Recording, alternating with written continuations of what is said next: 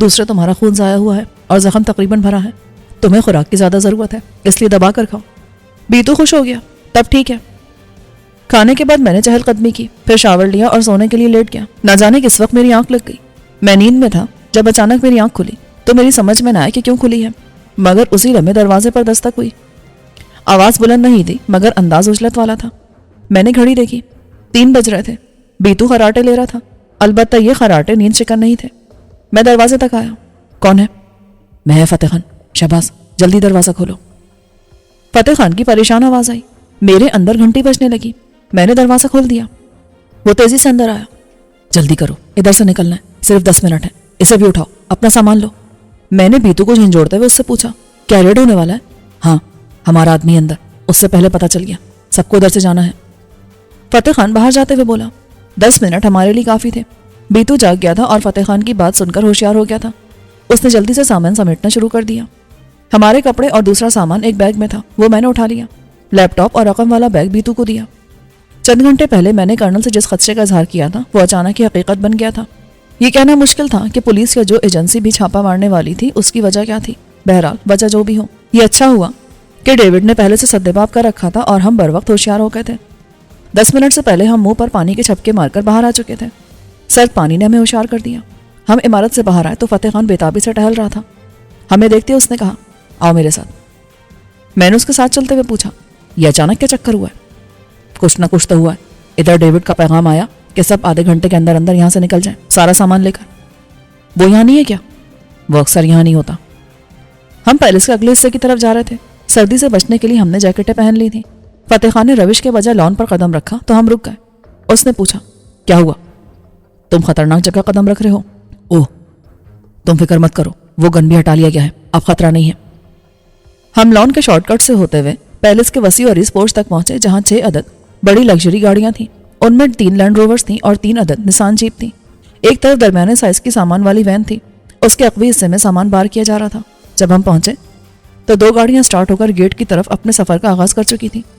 مجھے خیال آیا کہ اگر یہاں چھاپا پڑنے والا تھا تو لازمی باہر سے بھی نگرانی کی جا رہی ہوگی، تو صورت میں یہ کھلے عام رخصت ہونا مناسب تھا. میں نے فتح خان سے یہی سوال کیا تو اس نے قدرے چڑچڑا کر جواب دیا، میرے کو نہیں معلوم، جو کہا جا رہا ہے وہ کر رہا ہے، ادھر سوچنے اور حکم دینے کا کام دوسرے کا ہے. میں نے سکون محسوس کیا. اگر ایسی بات ہوتی تو یہ لوگ یقیناً خیال رکھتے. ہماری والی گاڑی سب سے آخر میں نکلی. میرا خیال تھا یہ تمام گاڑیاں قافلہ بنا کر سفر کریں گی، لیکن جب ہم پہاڑی سے نیچے آئے تو وہاں کوئی گاڑی نہیں تھی، نہ ہمارے آگے اور نہ ہی پیچھے.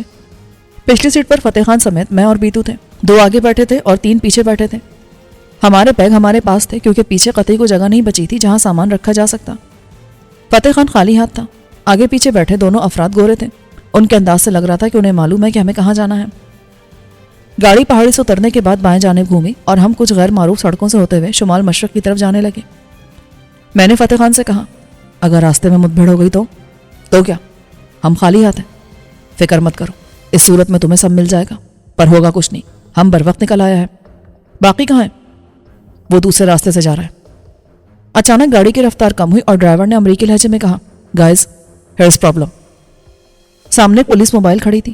اس کے ساتھ موجود 2 پولیس والے ہاتھ سے گاڑی کو رکنے کا اشارہ کر رہے تھے. انہوں نے روایتی رائفلیں اٹھا رکھی تھی. فتح خان یکدم ہیجان زدہ ہو گیا. اس نے غرا کر انگریزی میں کہا، سب تیار ہو جائیں. میں نے اسے ٹوکا، 1 منٹ، ان کا انداز نارمل ہے، یہ صرف چیکنگ کر رہے ہیں، دوسری صورت میں یہ الگ انداز سے ہمیں روکتے. ہم چیکنگ کی اجازت نہیں دے سکتے، گاڑی میں اسلحہ ہے. ضروری نہیں کہ وہ چیک کریں. کسی کے پاس خاموش پستول ہے؟ ہاں ہے. فرنٹ سیٹ والے امریکی نے کہا. مجھے دو اور باقی بھی ہوشیار رہیں. اگر ہمیں ان کو ٹھکانے لگانا پڑا تو یہ کام خاموشی سے ہونا چاہیے، کوئی دھماکے والی چیز استعمال نہ ہو. میری بات سمجھ میں آ گئی ہے؟ سب خاموش رہے. اس کا مطلب تھا وہ متفق تھے. میں نے کہا، گاڑی پولیس کار سے ذرا پہلے روک لو. ڈرائیور نے حکم کی تعمیل کی. گاڑی رکتے دونوں سپاہی آگے بڑھے. انہوں نے سنگل شاٹ رائفلیں اٹھا رکھی تھی. وہ بیچارے عام سے سرکاری ملازم تھے. نزدیک آنے پر میں نے بٹن دبا کر شیشہ نیچے کیا اور تحکمانہ انداز میں کہا، کیوں روکا ہے؟ ٹھاکر صاحب کو دیری ہو رہی ہے، چیف منسٹر کے ڈنر سے واپس آ رہے ہیں. میں نے چینی نقوش رکھنے والے فتح خان کو ٹھاکر بنانے میں کوئی حرج نہیں سمجھا تھا. ٹھاکر اور چیف منسٹر کا سن کر سپاہی مروب ہوئے. ایک نے کہا،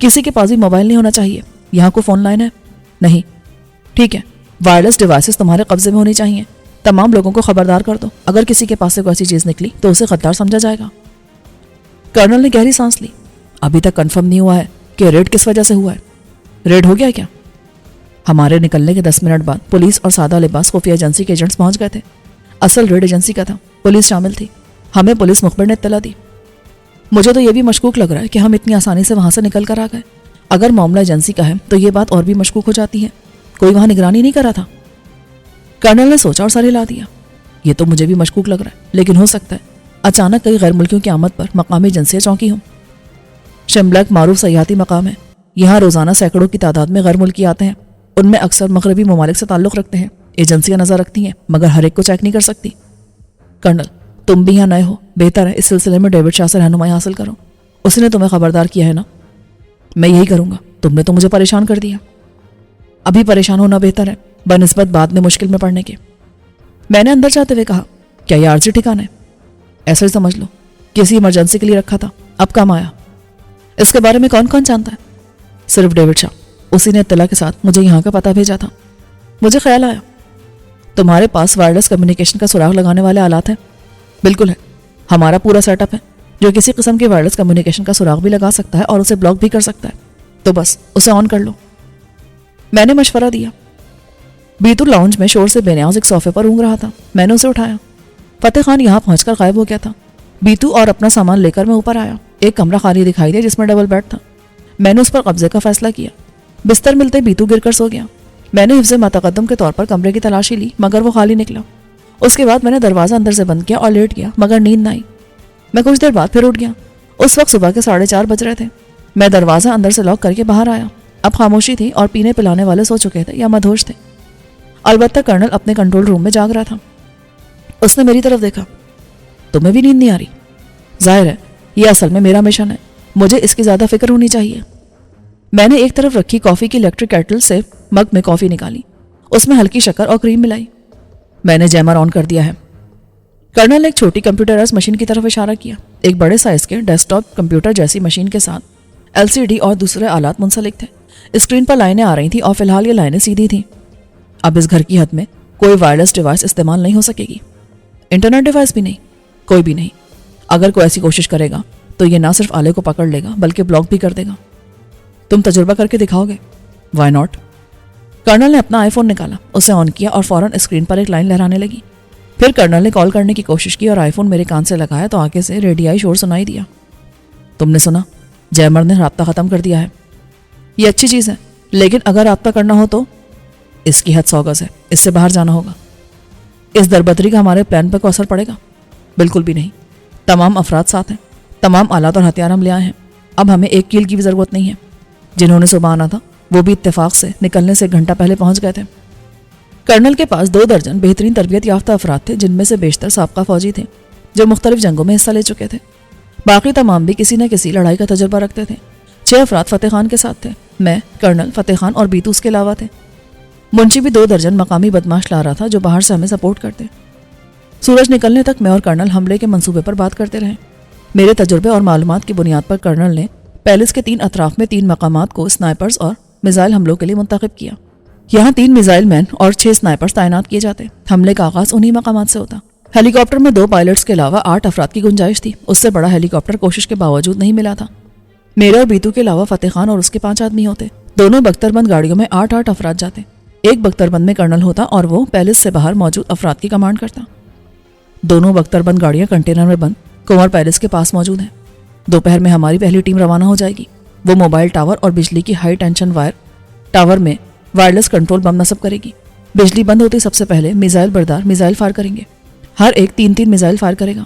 عمارتوں کے داخلی دروازے کے علاوہ گریڈ اسٹیشن, جنریٹر اور ہیلی کاپٹر کو نشانہ بنایا جائے گا. اس دوران میں سنائپرز گارڈز کو نشانہ بنانا شروع کر دیں گے. میزائلوں کے بعد اسموک اور گیس گرینیڈز پھینکے جائیں گے. یہ ذمہ داری بھی میزائل چلانے والوں کی ہوگی.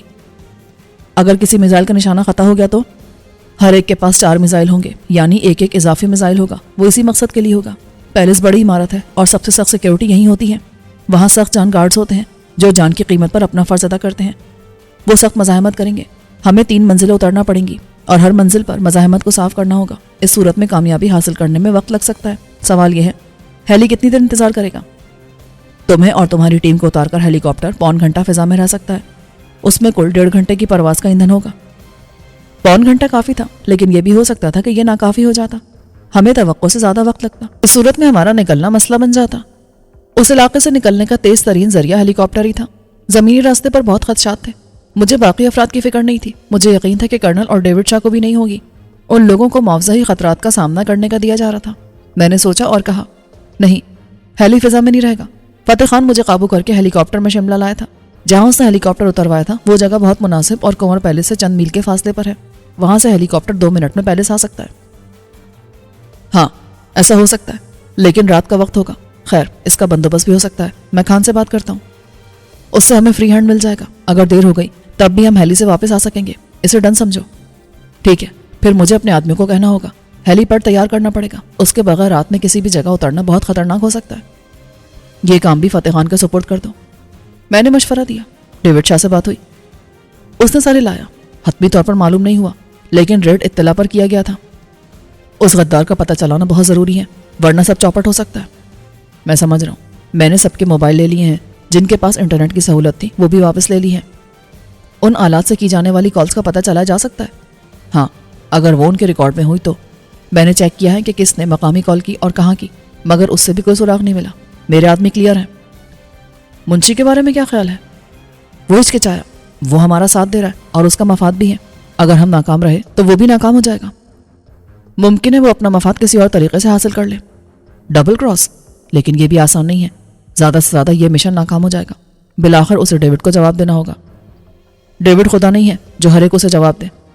میں نے بدمزگی سے کہا جب انسان خدا کو خاطر میں نہیں لاتا تو ڈیوڈ شاہ کی کیا حیثیت ہے؟ اسے بھی دھوکہ دیا جا سکتا ہے اور دھوکہ دے کر سینہ تان کر بھی رہا جا سکتا ہے. کرنل خاموش ہو گیا. کچھ دیر میں باہر روشنی ہونے لگی تھی اور مکان میں پھر سے گہما گہمی کا آغاز ہو گیا تھا. کچن میں ناشتہ تیار کیا جا رہا تھا. بیتو ابھی تک سو رہا تھا اور میں چاہتا تھا کہ وہ زیادہ سے زیادہ آرام کر لے. میں ناشتے کے بعد کافی کا مگ لے کر باہر نکل آیا. مکان والے ٹیلے کے عقب میں گہری کھائی تھی اور اس کے پار ایک بڑی ڈھلان تھی جو بتدریج بلند ہوتے ہوئے شمال مشرق میں بلند پہاڑوں سے جا کر مل گئی تھی. یہاں سے ان برف پوش چوٹیوں کا نظارہ ممکن تھا جن کی طرف سارا سال برف نہیں پگھلتی. مکان کے عقبی حصے میں پختہ ٹیرس تھا اور کھائی کے کنارے ریلنگ لگی تھی. کچھ فاصلے سے سروں کے درخت تھے. خوبصورت منظر ہے. پاس سے فتح خان کی آواز آئی. خدا کا بنایا ہر منظر خوبصورت ہوتا ہے. ویسے تم کل رات سے کہاں غائب تھے؟ میں کام سے گیا تھا. میں چونکا. تو تم یہاں نہیں تھے؟ میں فوراً چلا گیا تھا. میرے آدمی یہاں نہیں ہیں. ان کو ایک اور جگہ رکھا گیا ہے. ان کو دوسری جگہ چھوڑنا تھا. تمہیں خطرہ تھا کہ وہاں بھی چھاپا پڑ سکتا ہے؟ لازمی بات ہے. جب ایک جگہ کا مخبری ہو سکتا ہے تو دوسری جگہ کا بھی ہو سکتا ہے. ویسے تمہارے آدمیوں کو یہاں ہونا چاہیے تھا. آج رات سے پہلے روانگی ہے. وہ دوپہر تک آ جائیں گے. کرنل نے تم سے ہیلی کاپٹر اتارنے کی بات کی ہے؟ ہاں. پہلے میرا آدمی وہاں جائے گا. ادھر ہیلی اتارنے کا بندوبست کرے گا اور وہیں سے ہیلی پر سوار ہوگا. تم اور میں ادھر سے جائے گا. تم بلا وجہ پریشان ہو رہا ہے. ادھر سب ٹھیک ہے. خیر بلا وجہ تو میں کبھی پریشان نہیں ہوا. میری چھٹی حص کہہ رہی ہے کہ کوئی گڑبڑ ہے. کچھ ہونا ہوتا تو اب تک ہو جاتا. میں نے نفی میں سر ہلایا. ایک ناکام چھاپے کا مطلب یہ نہیں ہے کہ وہ لوگ سکون سے بیٹھ جائیں گے. ہماری تلاش جاری ہوگی اور شملہ کوئی بہت بڑی جگہ نہیں ہے. فتح خان نے مجھے غور سے دیکھا. تم کیا کہتا ہے؟ پھر کیا کریں؟ ہمیں جلد از جلد یہاں سے روانہ ہو جانا چاہیے. شملہ سے جتنا دور جائیں اتنا ہی محفوظ رہیں گے. یہ تو تم کرنل سے کہو. انچارج تو وہ ہے. فتح خان کا لہجہ تلخ ہو گیا. فتح خان لگتا ہے یہ بات تم کو پسند نہیں آئی. کیسے پسند آئے گا؟ کوئی پہلی بار ڈیوڈ شاہ کے لیے کام کر رہا ہے. اس سے پہلے اس کا کتنا کام کیا. اسے کبھی شکایت نہیں ہوا. اب ایک گورا لا کر بولتا ہے کہ یہ انچارج ہے. وہ فوجی ہے, لڑ چکا ہے, پر جو تجربہ فتح خان کے پاس ہے وہ کسی کے پاس نہیں. جلد شاہ کو پتہ چل جائے گا. وہ مخصوص ذہنیت کا گورا ہے. تم میرے دشمن ہو لیکن میں تمہاری بات تسلیم کرتا ہوں. اب تک جتنے لوگوں سے میرا واسطہ پڑا ہے ان میں سب سے شاطر اور چالاک آدمی تم ہو. تم خطرے کو بھانپ کر بہت تیزی سے حرکت میں آتے ہو اور اسی لیے میں نے تمہیں اور تمہارے آدمیوں کو اپنی ٹیم میں رکھا ہے. یہ گورے آسمان سے نہیں اترتے. اگر ایسی بات ہوتی تو لاکھوں کی تعداد میں مسلح ترین فوج چند ہزار افراد کے سامنے یوزش نہ ہوتی. یہاں ان کی جدید ترین ٹیکنالوجی اور تربیت بھی کام نہیں آ رہی ہے. فتح خان کے چہرے پر مسکراہٹ آئی. شہباز خانہ, ہم کو بھی اعتراف ہے کہ تم ایک بازر دشمن ہے. کاش کہ تم ہمارا دوست ہوتا. معذرت کے ساتھ تمہارے جو خیالات اور نظریات ہیں ان کے ہوتے ہوئے تمہیں شاید ہی کوئی دوست ملے. ہاں مفاد پرست ساتھی ضرور ملیں گے جو صرف مفاد کی حد تک تمہارے ساتھ ہوں گے. تم ٹھیک کہتا ہے. ہم بوتا جو ہے اور خواہش گندم کی کرتا ہے۔ فتح خان: میں نے موضوع بدل دیا۔ ہیلی کاپٹر میں 8 افراد کی گنجائش ہوگی، لیکن 8 افراد ساتھ جائیں گے۔ میرے، تمہارے اور بیتو کے علاوہ تمہارے 5 آدمی ہوں گے۔ تم ان میں سے 5 منتخب کر لو جو سب سے بہتر ہیں، وہی ساتھ جائیں گے۔ اس نے سر ہلایا۔ اب بھی آدمی کم ہے، پر پلان پر ٹھیک سے عمل کیا تو ہم کامیاب رہے گا۔ ہم کو اطمینان ہے، پلان تمہارے مشورے سے بنا ہے۔ کرنل زیلسکی سے تمہارا ٹکراؤ کہاں ہوا؟ فتح خان کا چہرہ پھر بگڑ گیا۔ اس نے پشتو کی چند نستعلیق گالیوں سے آغاز کیا۔ وہ خنزیر کا بچہ ہم کو سوات سے اوپر ملا تھا۔ تم کو وہ کیبن یاد ہے جہاں سے تم کو انڈیا والا ہیلی میں لے گیا تھا؟ ہاں بالکل، وہ وہیں تھا۔ وہ میرا کیبن ہے، اور اس کا دیدہ دلیری دیکھو، وہ اسے استعمال کر رہا تھا۔ ادھر اسلحے کا ایک بہت بڑا کھیپ آنے والا تھا۔ کرنل منگوا رہا تھا؟ ہاں، وہ کچھ مقامی جنگجو گروپوں کو اسلحہ بیچتا ہے۔ میں گہری سانس لے کر رہ گیا۔ وطن عزیز میں چاروں طرف سے اسلحہ آ رہا تھا، پتہ نہیں آنے والے وقت میں کیا ہونے والا تھا، مگر بے پناہ غیر قانونی اسلحے کی موجودگی کا مطلب تھا کہ اس کے استعمال کے نت نئے راستے نکلتے رہیں گے اور پورے ملک میں انارکی کا تاثر برقرار رہے گا۔ کس سوچ میں پڑ گیا؟ فتح خان نے کہا تو میں خیالوں سے چونکا۔ وہ بس کچھ نہیں۔ میں جانتا ہے تم کس سوچ میں ہے۔ کبھی کبھی میں خود بھی سوچتا ہے کہ مجھ سے بڑے مجرم تو وہ لوگ ہیں جن کا کام ہی اس ملک کی حفاظت کرنا ہے، اور وہ خود اس کا جڑ کھود رہا ہے، پر میں کچھ کر نہیں سکتا۔ میں چھوٹا مجرم ہے۔ شہباز خانہ، تم بھی کچھ نہیں کر سکتا، کیونکہ تم جیسا لوگ بہت تھوڑا ہے۔ ہو سکتا ہے، لیکن میرا ایمان ہے مشکلات آدمی اور قوموں کو اوپر لے جانے کے لیے آتی ہیں، اور جب وہ ان آزمائشوں سے کامیاب نکلتے ہیں تبھی کامیابی ان کے قدم چومتی ہے۔ یہ وقت بھی گزر جائے گا۔ ہم ایسا نہیں سوچتا ہے۔ فتح خان نے گہری سانس لی۔